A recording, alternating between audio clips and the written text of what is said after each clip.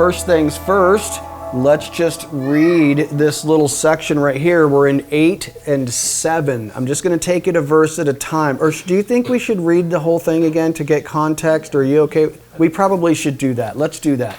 Let's open up to Zechariah chapter 8, and let's just read the whole thing to get the full scope. And it's not terribly large, but let's just refamiliarize ourselves. It's been a couple of weeks. And then we'll just kind of pick up at verse 7. So here's what it says. It says, the word of Yah of hosts came, saying, Thus says Yah of hosts, I am exceedingly zealous or jealous for Zion. Yes, with great wrath I am jealous for her. Thus says Yah, I will return to Zion and will dwell in the midst of Jerusalem. Then Jerusalem will be called the city of truth, and the mountain of Yah of hosts will be called the holy mountain. Thus says Yah of hosts, old men and old women will again sit in the streets of Jerusalem, each man with his staff in his hand because of age. And the streets of the city will be filled with boys and girls playing in its streets. Thus says Yah of hosts, if it is too difficult in the sight of the remnant of this people in those days, will it also be too difficult in my sight, declares Yah of hosts? Thus says Yah of hosts, Behold, I am going to save my people from the land of the east and from the land of the west, and I will bring them back, and they will live in the midst of Jerusalem, and they will be my people, and I will be their Elohim in truth and righteousness. Thus says Yah of hosts, Let your hands be strong, you who are listening in these days to the words from the mouth of the prophets, those who spoke to you in the day that the foundation of the house of Yah of hosts was laid, to the end that the temple might be built. For before those days there was no wage for man, or any wage for animal. And for him who went out or came in, there was no peace because of his enemies. And I set all men against one another. But now I will not treat the remnant of this people as in the former days, declares Yah of hosts. For there will be peace for the seed. The vine will yield its fruit. The land will yield its produce, and the heavens will give their due. And I will cause the remnant of this people to inherit all these things. It will come about that just as you were a curse among the nations, O house of Judah and house of Israel, so I will save you, that you may become a blessing. Do not fear. Let your hands be strong. For thus says Yah of hosts, just as I purposed to do you harm when your fathers provoked me in wrath, says Yah of hosts, and I have not relented, so I have again purposed in these days to do good to Jerusalem and to the house of Judah. Do not fear. These are the things which you should do. Speak the truth to one another. Judge with truth and judgment for peace in your gates. Also let none of you devise evil in your heart against one another, and do not love perjury, for all these are what I hate, declares Yah. Then the word of Yah of hosts came to me, saying, Thus says the Yah of hosts, the fast of the 4th, the fast of the 5th, the fast of the 7th, and the fast of the 10th months will become joy, gladness, and cheerful feast for the house of Judah, and so love truth and peace. Thus says Yah of hosts, it will be that peoples will come, even the inhabitants of many cities. The inhabitants of one will go to another, saying, Let us go at once to entreat the favor of Yah, and to seek Yah of hosts. I also will go. So many peoples and mighty nations will come to seek Yah of hosts in Jerusalem, and to entreat the favor of Yah. Thus says Yah of hosts, In those days 10 men from all the nations will grasp the garment of a Jew, saying, Let us go with you, for we have heard that Elohim is with you. Fantastic passage, and we noted last time that this is the kind of like the middle of the book, where we had all these visions, and now we have a vision of the kingdom, and the next several chapters will detail how do we establish that kingdom. Now I want to pick up with verse 7, where it says, Thus says Yah of hosts, Behold, I will save my people from the east country and from the west country. Now, did you guys, you may have noted something curious about that, the phrase, from the west country and from the east country. I actually inverted it, but do you see anything that is to the ears of the hearers in Zechariah's day that might have seemed slightly odd to them? Michael, would you hand that to Jerry for me? Thanks, buddy. I don't recall Israel having any enemies from the west All their enemies were from the east. Yes, thank you, Jerry, for picking that up. That's a bit of an anomaly because Yah is here saying, I'm going to save my people from the east and from the west. Well, as far as we know, they had never been exiled to the west. They had the tribes of the 10 northern region got exiled to Syria, which is northeast, and then the tribes of Judah got exiled to Babylon, which is also east. Now, that's not to say that since how many years have passed since the 10 northern tribes had been exiled from their land? Does anybody have any idea?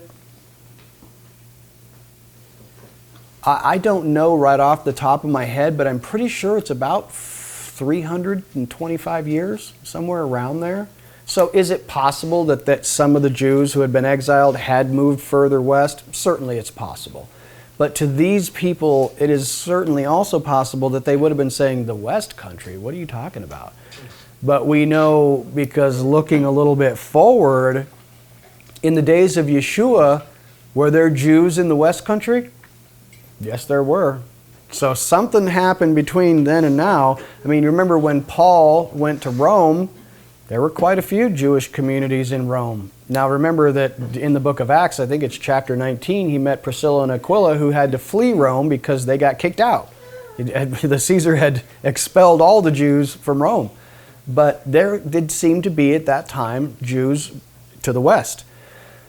But then with the Roman exile, that's when you get some serious scattering. So that's probably presaging some things, and it might have also been slightly puzzling to the people listening to this, going, saved from the West. We haven't heard that one yet. Osmundo, what do you got for me, brother? I was just thinking, what about the War of the Maccabees? That was the war with the Greeks. Yeah. That's to the west. That is to the west, but I don't have any information regarding from the historical aspect of the wars with the Maccabees that the Jews, I don't think that exile was part of that. Now, obviously, some Jews were scattered, and some might have actually joined with Syria, the Syrian Greeks anyway, of Antiochus Epiphanes. So there certainly were some defectors. But yeah, I think as time goes on, they're spreading out even further. But to these people listening to Zechariah, that might have been slightly confusing to them. Just a little note. Probably might have been a little bit foreboding. So now my next question might seem patently absurd to you, but you know how I am. I love being absurd. Linda Smith. Oh, I thought she had a question. Sorry, she just joined us. Question to you is this. Notice that I underlined the word saved in this passage. And I guess my question to you is,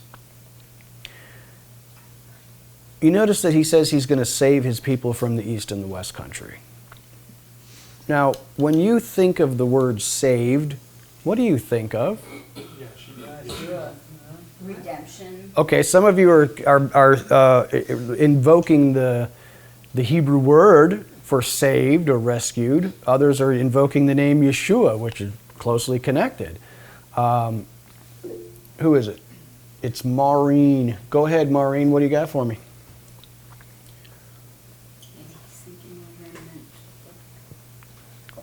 She would like to say something but cannot figure out how to do it.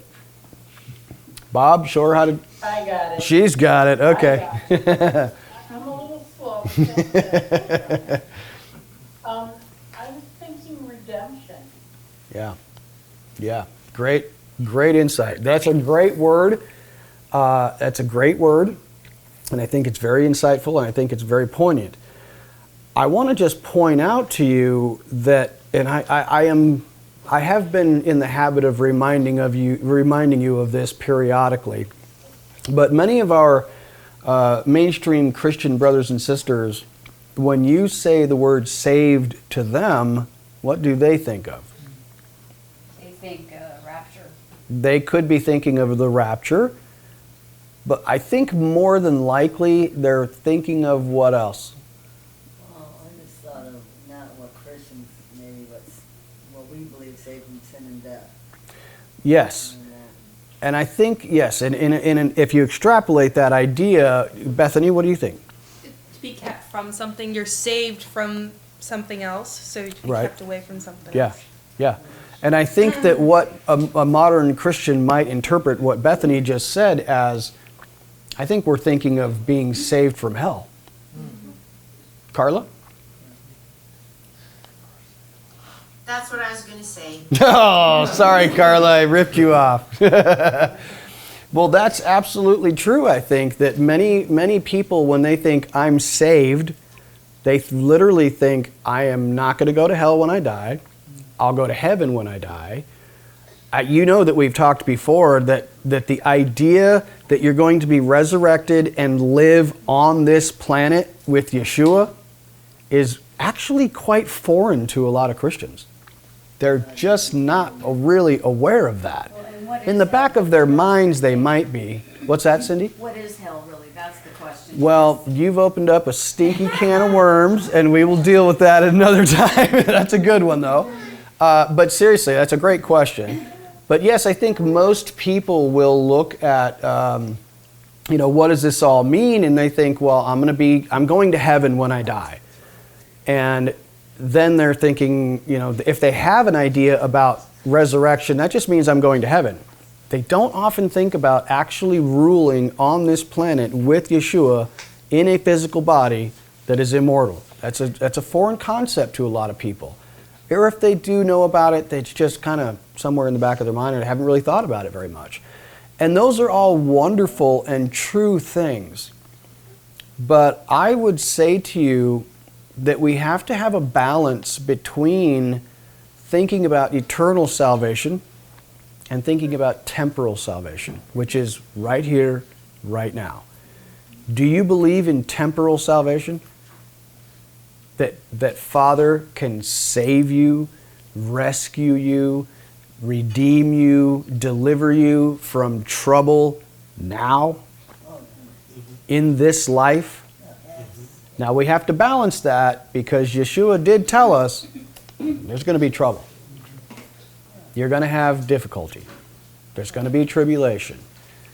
But do we actually believe in salvation now? Salvation from what, you might ask?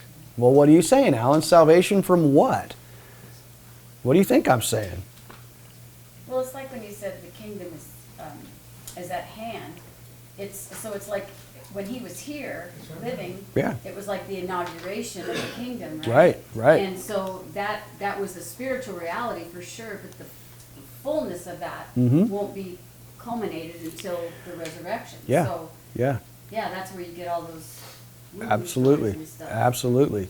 So, in regards to the Hebrew word for save, Brett mentioned it, it's Yasha, which is closely connected to Yeshua, which is Yehovah is salvation. That's where we get the name of our Messiah, Yeshua. But I think you know that it's always instructive and can give you a deeper understanding if you take that word and you trace it back to the first time that it was used. Does anybody just off the top of your mind know when is the first time that word is used in Scripture? Isn't it when he rescued them out of Israel? Like Exodus 12 or something? Close. Very close. Very close, Isaac. It is actually Exodus chapter 2. And I'm going to put that up on the screen for you because it's actually a fascinating passage. Quite fascinating. In fact, it's not only fascinating, it's prophetic. Check this out. In Exodus 2:15, part 2 of B, section B of 15, it says, this is when Moshe fled from Pharaoh, from the face of Pharaoh, and he dwelt in the land of Midian, and he sat down by a well, and the priest of Midian had 7 daughters, and they came and drew water, and they filled the troughs to water their father's flock. But the shepherds came and drove them away. Then Moshe stood up and came to their rescue and watered their flock. Moshe rescued these women from evil shepherds who were taking away the water of their flocks. Now, that I found to be quite fascinating because the metaphors of shepherds and watering And flocks is really poignant, really loaded. Okay, so here we're talking about salvation in a physical sense, a temporal salvation, that Moses literally saved Yethro's daughters from evil shepherds, tried to drive them away. But this is one of those times in the Torah when you get to see a prophetic shadow picture. It's like what do they call, Halisa Alewine calls them seed prophecies of something greater to come. And I want to point out to you this passage in Jeremiah 23, which links directly to this, okay? So check this out. This is quite powerful, and I want to share this with you. In Jeremiah 23, it says, "Woe to the shepherds who destroy and scatter the sheep of my pasture." This is Yah's declaration. "Therefore, this is what Yah, the Elohim of Israel, says about the shepherds who shepherd my people. You have scattered my flock, banished them, and have not attended to them. I will attend to you because of your evil acts. This is Yah's declaration. I will gather the remnant of my flock from all the lands where I have banished them, and I will return them to their grazing land. They will become fruitful and numerous. I will raise up shepherds over them who will shepherd them. They will no longer be afraid or dismayed, nor will any be missing. This is Yah's declaration. The days are coming, this is Yah's declaration, when I will raise up a righteous branch of David. He will reign wisely as king and administer justice and righteousness in the land. In his days, Judah will be saved and Israel will dwell securely. This is what he will be named, Yehovah, our righteousness."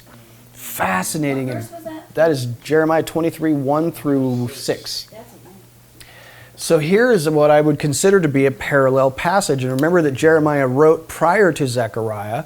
So it's just fascinating to me that the first time that this word Yasha is used is in Exodus, where Moses is rescuing some people from evil shepherds and watering flocks.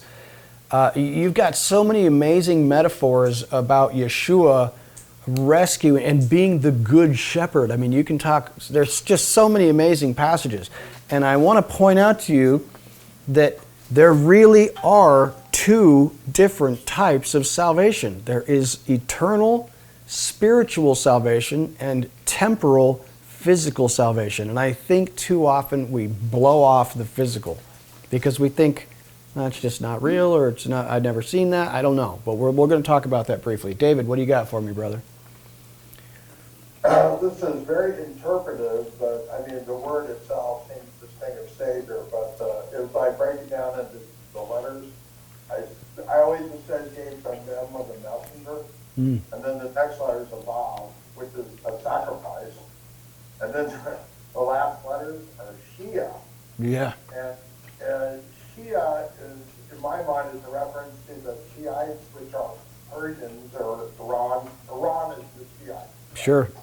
The Shia Sunnis, Yep. and I believe that they're like a persecuting end time kind of bad guys. Right. No, excellent. That's a good point. Very good point, David.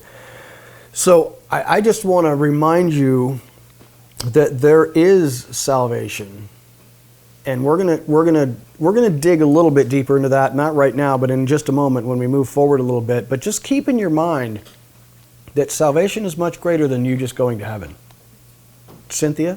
Okay, so I'm going to share this because it's like... No, you're not. Not without a microphone. Not without a microphone.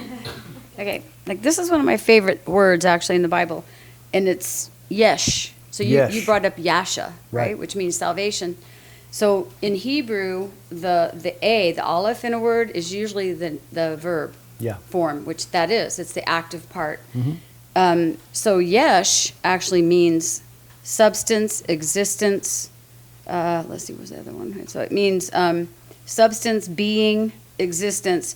So this is actually the physical reality, and it has the ayin in it, which is what we are. We're the physical. Right. So it's usually the noun, the feminine or masculine noun, where you see the ayin. Yep. It's because that's what we're seeing. That's what we're doing. We're reality check. We're living it. That's it's the physical, substantive, and his name actually means the substance of God. It means salvation, but it also means that. Good. Excellent. That's Good the insight. best part. Good insight. Love it.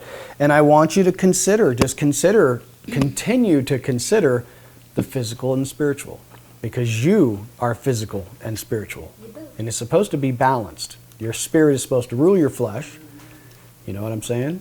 So consider that. Now, I want to bring up to you briefly the first Greek equivalent of this word in the New Testament. Take a look at this. This is quite fascinating. You talking about Yasha? No, that's Hebrew.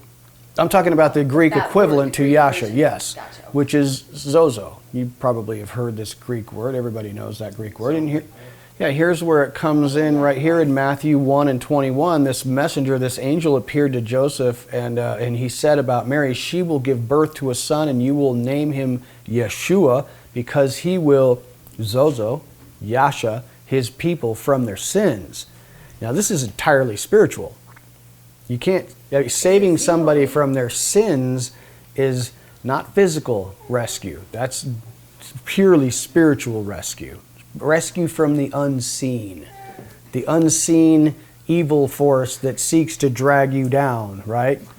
So we are getting a clear picture of physical salvation and spiritual salvation. And I know that this seems tedious to kind of drag you through as we're just looking at one word in this passage of Zechariah, but as we go through the next couple of verses, you're going to see that this physical salvation is really critical to this. Both aspects are, because he's talking about grabbing his people and taking them back to the land, which he's going to have to resurrect them in order to do that. But then he's talking a lot about physical safety and protection and deliverance and growth and trees and bushes and seeds and flowers and animals. There's a lot of physical aspects to this salvation that I think we need to grab hold of, frankly. Because I guess this is the point that I would make here. And I know that you know this, but I just feel like it needs to be said. Many of our lives are a wreck. And we're only hoping that someday our souls will be rescued and that we'll be resurrected. And I'm telling you, your life does not have to be a wreck. It really doesn't. You can experience temporal salvation now, and that means emotional rescue. That means financial rescue. That means physical health and safety from enemies. It can mean all different kinds of things, and I think that we got to latch onto that. I think it's important stuff. But how do we do that? That's the important part. So, I just wanted to run you through that briefly about salvation from both a spiritual and a physical perspective. Now, I wanted to go forward just a little bit to verse 8 in Zechariah, where it says, "And I will bring them, and they will dwell in the midst of Jerusalem, and they shall be my people, and I will be their Elohim in truth and righteousness."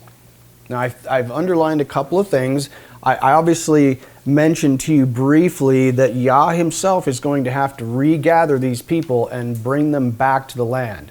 In fact, that same passage in Jeremiah that we read in Jeremiah 23, in just a few verses on from that, it talks about no longer will they say Yah who rescued his people from the land of Egypt, but Yah who rescued his people from all over the place. That's a wonderful passage to me that later on, right now and for the longest time, we have known Yah as the God who rescued Israel from Egypt. But he says, so the time is coming when the greater thing has happened, and they won't even remember that. This is the God who rescued his people from every place and brought them to one place. So that's what we're talking about. He will bring them. Now, some of them, as you can tell from this passage, will be miraculously brought to Jerusalem. If you look at Ezekiel, the valley of dry bones, we got some resurrection happening here, and some of them are miraculously raised up and brought to dwell in Jerusalem. Others, as you can tell from this passage, physically are walking to Jerusalem. These are the people of the nations, those people who are grabbing not the skirt, not the hem, not the fringe, the tzitzit, the knaf. I know you know that Hebrew language stuff where you know that when it says grabs the knaf, the tzitzit of a Jew, and says, take us with you. We have heard that Yah is with you. So these are people who are coming up to Jerusalem. And we also remember we read in, we jumped forward a little bit last time into Zechariah chapter 14, where he says all the nations are coming up to Jerusalem for the Feast of Tabernacles. Every year they're required to, or they will get some bad stuff. You get bad stuff happening to you if you don't come up to Jerusalem. You won't get any rain on your land. And Egypt says, well, who cares? We don't ever get rain on our land anyway. Do you remember what he said? I got a special one for you. It's a little different than rain. I don't know if you guys remember that, but look that up in that passage a little bit later. It's like, yeah, well, you ain't got no rain, you ain't afraid of that? I got something special for you. So you will receive physical curses or physical blessings as the nations around if you come to Jerusalem or don't. Okay, so again, that's another form of physical salvation or physical curses. So another key part of this passage here is that he will be their Elohim and they will be his people in truth and righteousness. That's a key phrase. That's a really key part of this passage. And who knows the Hebrew words for truth and righteousness? Emet and Zedekah. Emet and Zedekah. Zedekah, Zadik. This is where you get the Sadducees from. Okay? Now, curiously, as you know that we are wont to do, we always go to the first past place where these words are. Do you know that both of these words appear in the exact same sentence when they first appear? Now, one of them is a root form. It's slightly different. It's Aman instead of Emet, but they're linked. And this is fascinating. This is absolutely fascinating. If you look at the first time that these two words are used, it's in Genesis 15. And you all know this passage. This is one of those passages that everybody knows because Paul quoted it. In Genesis 15 and 5 it says, and Elohim brought Abraham forth abroad and said, look now toward heaven and tell the stars if you are able to number them. And he said unto him, so shall your seed be. And he believed, Aman, in Yah, and he counted it to him for Zedekah. So Abraham believed, and it was counted to him as righteousness. This is the characteristic of the people in the kingdom. Yah says, these people will come into my kingdom, and it will be in truth and righteousness. It's connected right to what Abraham believed Elohim, and it was counted to him as righteousness. What is this telling you about the nature of the kingdom of Elohim? Just wonderful. Well, it's going to be wonderful, absolutely. It is characterized by a people who believe Elohim. They trust in him. And therefore, and as a corollary, a part of it that is connected, they do what he wants them to do. They believe him and they follow him. They love him and they do what he says. This is the characteristic of the people of the kingdom. This needs to be our characteristic now. Yes, sir. Give him a microphone. Would you, Cynthia? This is Isaac, everybody. Tell us what's up, Isaac. What's up? So I just have a question. You're linking, maybe you can just expand on it a little bit more, because you're linking believed with truth. Mm-hmm. And then righteousness with righteousness. Can you just explain that a little bit more? Because if you look at the Hebrew word for truth is emet, but the root of emet is aman. And so they are interlinked, very, very closely interlinked. Righteousness, truth and belief are linked in the Hebrew language. And so I'm not suggesting definitively that these two words in those forms appear in this passage, but a corollary word does. And I think that it's interesting that they're connected in that way. Does that help? Yeah. Okay. So it's not a total direct link 100%, but it's very, very closely connected. Keith, what do you got for me, brother? Yeah, so I'd like to add on that. When he believed, it actually, I believe, can be translated, he trusted in Yahovah. Yeah. It's a matter of trust. Right. You put your trust in Yah, he knows that you are, want to say, a believer, but it's this trustworthiness of Right. his, I want to say, his word, of his promises, and everything to go along with it. Yeah, and I think that's a great insight, Keith. And I think, going back to what you said, Isaac, that truth is very closely related to that, because in the Hebrew eyes, I think, of Hebrew philosophy kind of way of thinking about it, it is Yah is truth. And when he speaks and you believe, those two things are really interconnected. And that's why those two roots, one is a root of the other word. So they're very closely connected. So that's a great question. Thank you for asking that. So Abraham believed and it was counted to him as righteousness. This is the righteousness of faith that Paul talks about a lot in the book of Romans. So, can we be a people of faith, faithfulness, truth, and righteousness now? We could. We can. We often are not. Does anybody know why that might be? Why are we not what we should be? I mean, obviously, each of us is dealing with the sin nature,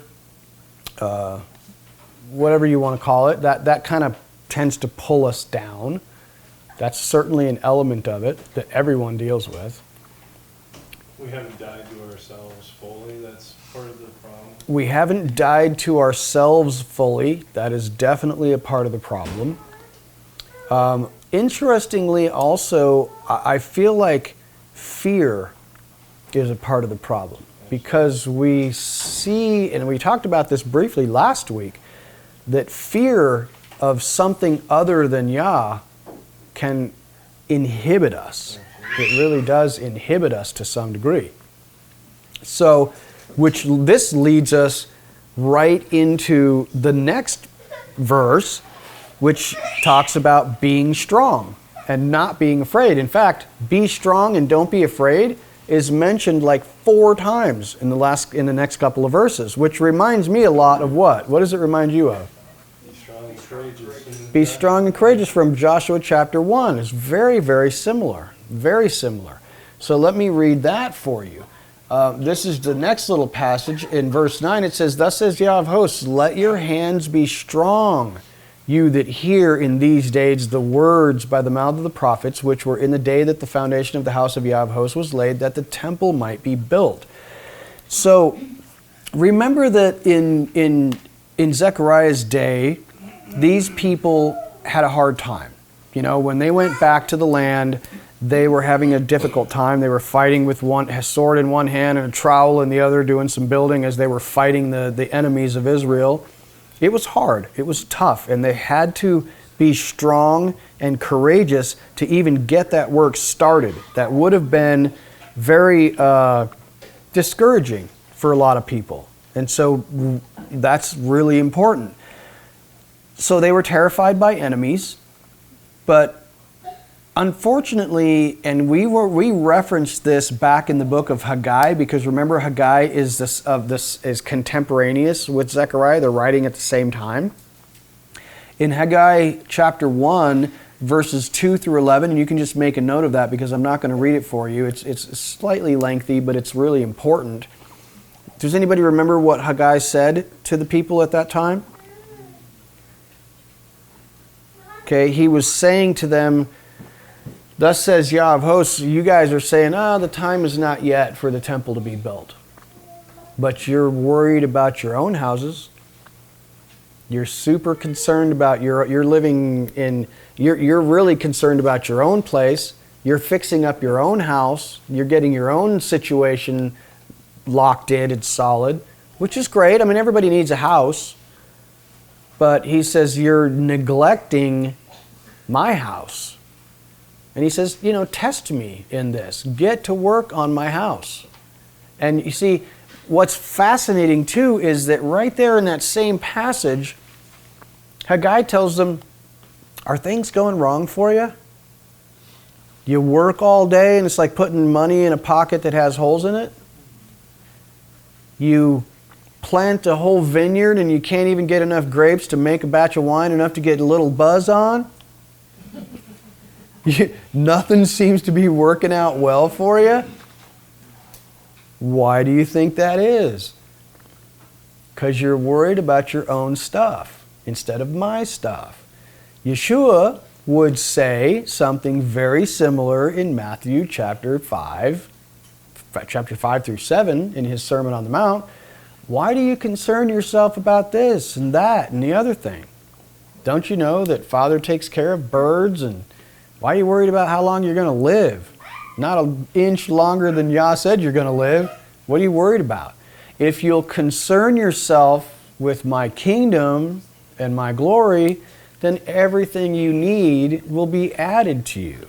You don't have to seek after those things. If you seek after what I'm telling you to seek after, I'll give you all the other stuff. It's an add-on. You remember I also mentioned to you one time a few months back, and I think there's never been a truer statement, and I'm surprised that Yah himself didn't say it, and he probably did in some other passage of somewhere in the scripture. Those who would seek to be happy and go after it directly will never find it. You cannot get happiness by seeking it directly. It is a byproduct of something else. Happiness is a byproduct of service. When you put others' needs ahead of your own, everything that you need comes as a side product. So there's so many scriptures which say that in a different way, but it's all the same thing. Who was going to say something? Yeah. Thank you, Isaac. When you were saying that, you were reminding me of when Yeshua went into the wilderness for 40 days and he was presented by the enemy. I'll give you all of this if you just bow down and worship me. Yeah. And, really, there's a reason that story's in Scripture, right? Because that is the main challenge we all have, is with trying to protect ourselves with what we feel is security, insurance or whatever we think. Yeah. And yeah, it's absolutely. a big fat That's lie. And he passed the test, by the way. Absolutely, he did. And it's fascinating to me that you're absolutely right. And, unfortunately, many of us are trusting in things that are like leaning on the staff of Egypt. Yeah. It pokes you in the hand. It pierces your hand. We don't like to admit it, but we do. We absolutely trust in other things. Insurance. I mean, we're all trusting in insurance to some degree, right? And I struggle with that, man. I really do, because I don't want to be. I don't want to be one of those people who says, you know what? If I get sick, I'm just going to die. Because I think that's foolish. I think that's foolish to some degree.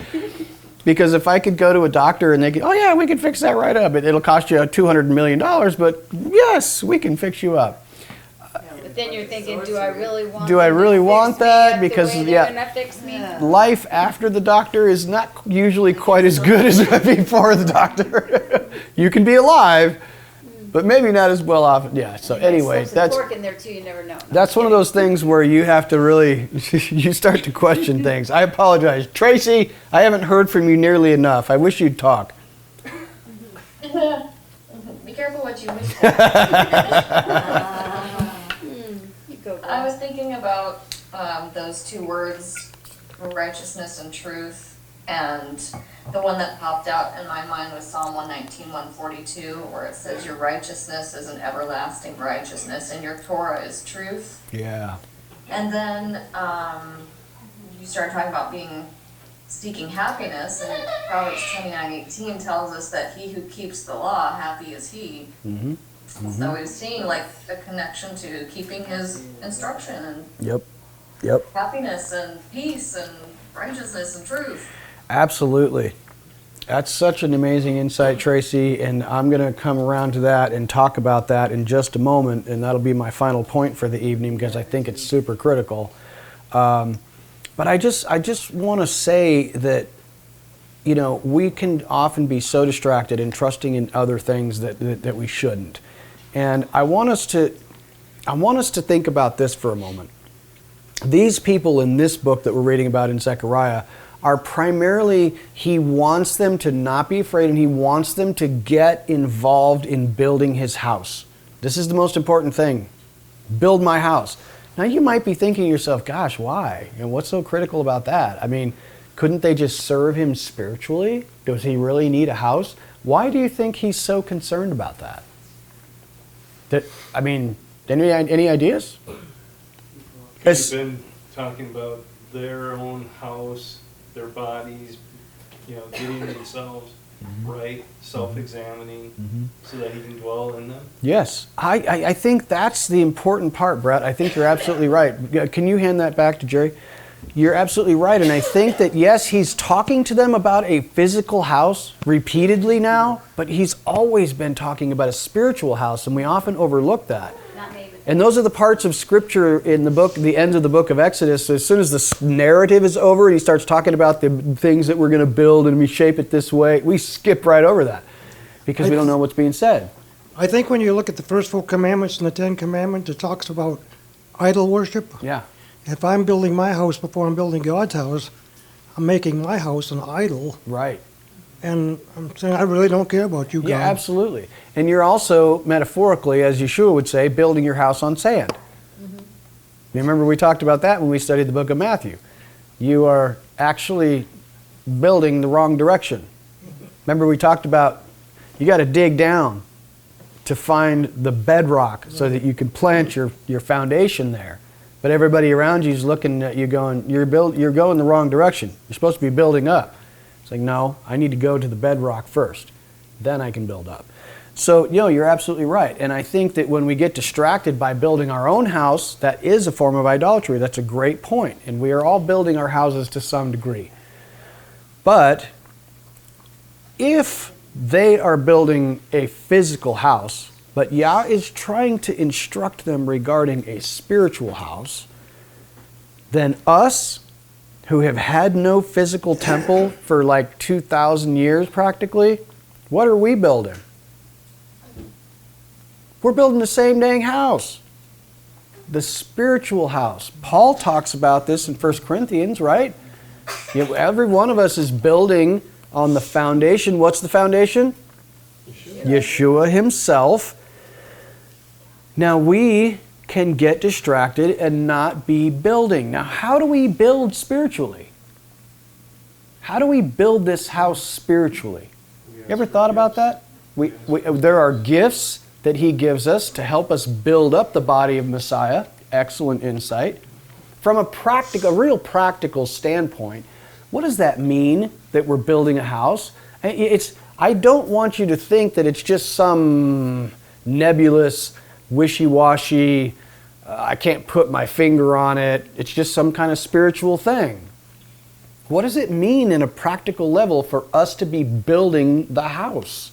Meeting each other's needs. Yeah, I was gonna say getting to know each other. Yes, that is so important, and I'll tell you why. And here's a simple metaphor that explains it. If you've got an existing structure, we ain't building a new house, right? This house this is the tabernacle in the wilderness. This is the church in the wilderness. We've been building on the same house for millennia. Now, what do you need to do to an old house? Remodel. Tear it down. No, you don't tear it down. You can't tear this house down. This is somebody else's house. No, but what you have to do is you got to remodel it sometimes. You got to keep it up. If you don't fix the roof every once in a while, it's going to leak. If you don't fix the air conditioning sometimes, it's not going to be cool. The paint's going to flake off. Now, just on a practical standpoint, you have to keep the house up. Now, spiritualize that. If you are literal elements of this house, and you're getting tarnished, and your paint's flaking off, and your roof is leaking, what does that mean for us? That means for us that to keep the house in good order, we have to get to know each other. We have to encourage one another. We have to correct one another in love. We have to be a community. That's how you keep the house in good shape, by each member looking after the other members. Does it ringing any bells from the book of Corinthians? It's all tied together. Now, sometimes, and you'll be thinking about perhaps the Hebrew marriage where I'm going off to prepare a place for you. What do you have to do to the house? You got to expand it. You got to put on room expansions and beautify it because we're bringing in more people. This is where you bring new people in. So you got to beautify it and you got to expand it. This is what we have to do to the house.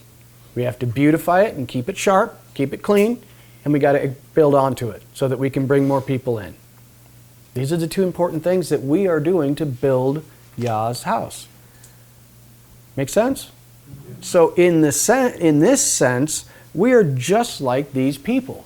We are building a house, unless we're not. Unless we're more concerned with our own houses. Now, can we be more concerned with this house? Yeah. I can be more concerned with me than I am with you. Then the whole house starts to fade, its paint fades, its roof starts leaking, its air conditioning system is bunk. Yeah, we have all kinds of problems because we're not being concerned with someone else. When we're concerned with our own houses, the whole house suffers. Now, I'm not accusing you of anything. You guys are a good, loving bunch. I think we can always do better. We should always do better. We should be connecting with one another, praying for one another, touching bases with one another. I mentioned to you before, a couple of weeks back, that when you ask somebody, how you doing? Oh yeah, great, I'm doing great. But how are you really doing? They'll tell you. Just ask twice. Just ask twice. You'll find out how that other brick next to you is really doing. Because you can look at it. You can see that it's tarnished, but they're like, God, I'm looking great. I'm in great shape. Are you sure?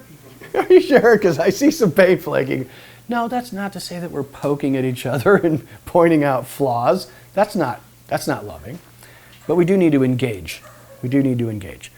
And I think as my final point, I have kept you very long and I apologize. I want to read for you verses 10 through 13, just as my final point, okay? This says, but now I will not be unto the remnant of this people as I was in the former days, says Yah of hosts. For the seed shall be prosperous, the vine shall give her fruit, and the ground shall give her increase, and the heavens shall give their dew, and I will cause the remnant of this people to possess all these things. And it shall come to pass that as you were a curse among the heathen, O house of Judah and house of Israel, so I will save you, and you will be a blessing. Somebody tell me that you've got familiarity bells going off in your brain as this passage is being read. What does this remind you of? Where have we heard this before? Deuteronomy 28. Yes. Thank you, Brett. Deuteronomy 28. Guys, this is Deuteronomy 28. I'm going to actually read to you a small portion of Deuteronomy 28 to finish off our evening because this is the blessings and the curses. And I want you to know that I fully believe that these things are real. They are still active now. But many of us who believe in the Torah and are trying to observe the Torah, we have this nebulous idea that, yeah, maybe that's real. It is real. I fully believe that it's real. So pay attention here because these promises are yours. These promises are yours. Here's what it says. Now, if you faithfully obey Yah your Elohim and are careful to follow all his commands that I am giving you today, Yah your Elohim will put you far above all the nations of the earth. Sound like what we were talking about in Zechariah? All these blessings will come and overtake you because you obey Yah your Elohim. You will be a blessing in the city, and you will be blessed in the country. Your descendants will be blessed, and your land's produce and the offspring of your livestock, including the young of your herds and the newborn of your flocks. Your basket and kneading bowl will be blessed. You will be blessed when you come in and blessed when you go out. That means war. Yah will cause the enemies who rise up against you to be defeated before you. They will march out against you from one direction, but flee from you in 7 directions. Yah will grant you a blessing on your storehouses and on everything you do.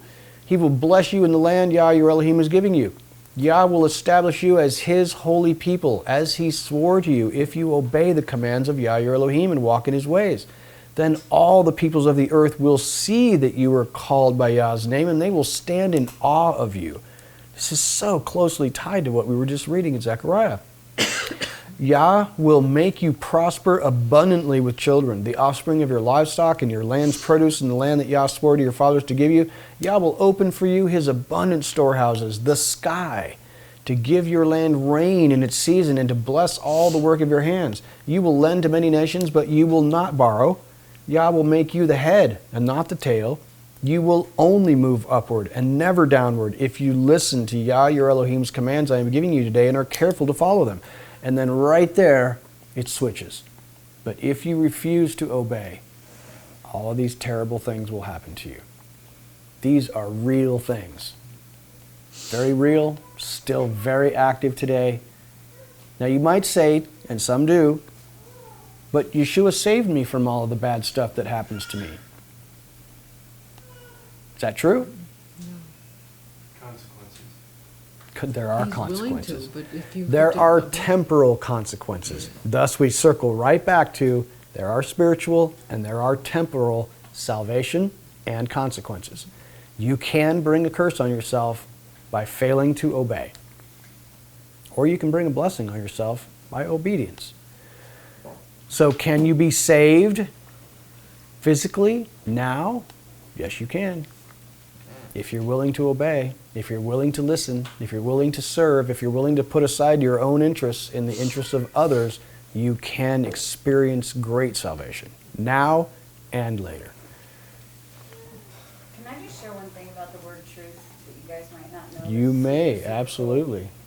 Okay, so in Hebrew, the word for truth, or emet, Mhm. contains the first, middle, and the last letter of the Hebrew alphabet, indicating that the truth encompasses all things and endures from the beginning to the end.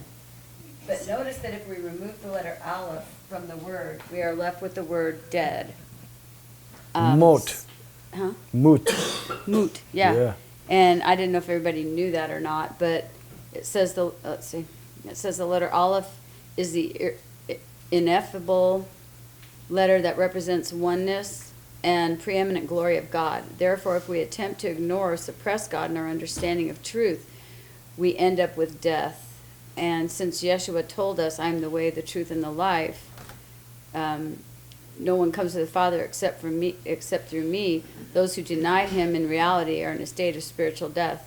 I mean, it's just amazing that his word, that the Hebrew language actually works like that. It's Yep. just so unbelievable. Absolutely. That's fascinating, and it's absolutely true. And if you didn't catch that, the first part of it, she was talking about emet is aleph, mem, tav. And that's the first letter of the alphabet, the middle letter of the alphabet, and the last letter of the alphabet rolled together. And that if you pull out the middle one, the aleph, you get mut, which is death. So if you mess with, which resource were you reading from? It's a Hebrew resource. Let's see what the article's from. Hebrew word of the week. I don't know what website this is. It's in Hebrew. It's Hebrew word of the week. She'll come back to us in just a moment. We'll see if we can find that for you. Thank you. David Branton, what's up, buddy? Well, since you brought up that, I was going to say that it immediately always, when you quoted, immediately my mind goes to Jesus saying, I am the truth. Yeshua is the truth. He is the Amen. Right. Right. Right. Which is, by the way, I thought she was dancing all over it, but it was like, I am the Alpha and Omega. I am the Aleph and Tav. The Yeah. Aleph Tav is the fourth word. The Right. Vav Aleph Tav is the sixth word of the Bible. Yep. The thing that I would also call your attention to, you were in Zechariah chapter 8, verse 9. There's a couple interesting words there that has to do with, sometimes it's of hosts is translated like of armies, right? Yeah. But it's there again, right? So since we were talking about the Ahmed, look at, you've got a Zadeh, right, which is indicative of the righteous, Mm-hmm. and Vei is often like of, so the righteous of, and now you've got the oath, which is the word for sign, Mm-hmm. but you've got the Aleph Tav again, separated by a vow, the sacrifice, Mm. is the sign. Yeah. You can find it in Exodus 4:8. And the last word is another parallel that has to do, that might be built the lamed is often like a chew, and the hay is like that. Choose Ben, son, sacrifice, the Tav, the last, the Savior. Yeah, right? that's fascinating. Yeah, it's another parallel. Absolutely. There's so much buried in that Hebrew language, man, that if you're paying real close attention, you start looking at these things that Cindy and David are talking about. It's just stunning. It's just absolutely The whole stunning. creation actually. The whole creation is was made by his alphabet. Yeah. Bottom line, it's layered through the entire universe. Right. And people just don't know how It's fascinating. rich it is. Fascinating. Well, I hope, ladies and gentlemen, that this study has been beneficial for you. May Yah bless you, each of you, and we will hope to get together next time to do a little bit more study and move into chapter 9. We're just ripping right through the book of Zechariah. We're going to be talking about some amazing prophecies next time. Let us pray and we'll wrap up.